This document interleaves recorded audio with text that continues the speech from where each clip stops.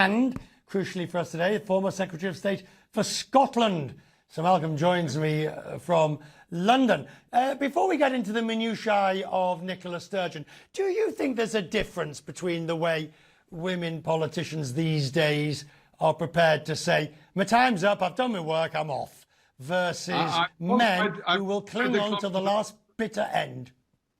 I'm qualified to comment on a number of things. I don't really think I'm qualified to comment on that. I'm very skeptical about theories that simply say because you're a woman or because you're a man, that makes a fundamental difference to your political behavior. It may do, but that's beyond my pay grade. Which is why you're an excellent politician to skirt around that one before damage is done.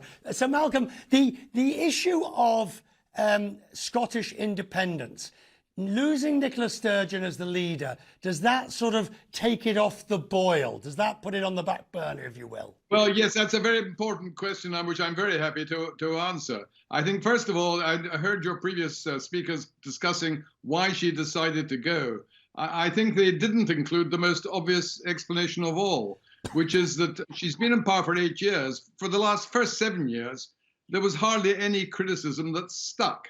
That's all gone very sour in the last year, because not only has she failed to make any progress at all on forcing the British government into another referendum, but we've seen support for independence falling in Scotland. It's now less than it was at the time of the last referendum when they lost 6 years ago.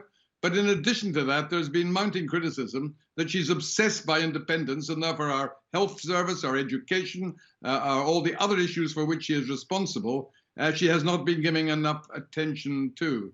Now, although today was a complete surprise in the sense that nobody was expecting an announcement today, there has been speculation in the Scottish media and in the British media for some months that she might very well jump at some stage. So in that sense, it's not all that much of a surprise.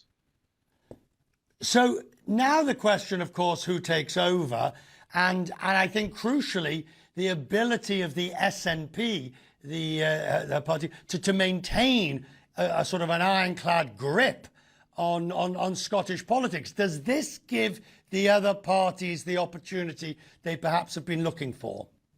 Well, I think you raise an important point. First of all, the whole issue of independence and whether Britain should break up into Scotland and the rest of the United Kingdom, mainly England, that had a serious possibility of breakthrough when the SNP had charismatic leaders. Now, whatever I might personally think of Alex Salmond, her predecessor, or now Sturgeon, they were charismatic. They showed real leadership qualities. There's no one waiting behind that the public have even heard of in any meaningful sense. So this means that at a crucial moment, they are not going to be able to give the kind of leadership at the very top that will inspire. You asked, is it an opportunity for the other parties? I think I'm a conservative, so I'm not particularly happy with what I'm about to say. But I think we're going to see, and we're already beginning to see, the beginnings of a revival of the Labour Party in Scotland.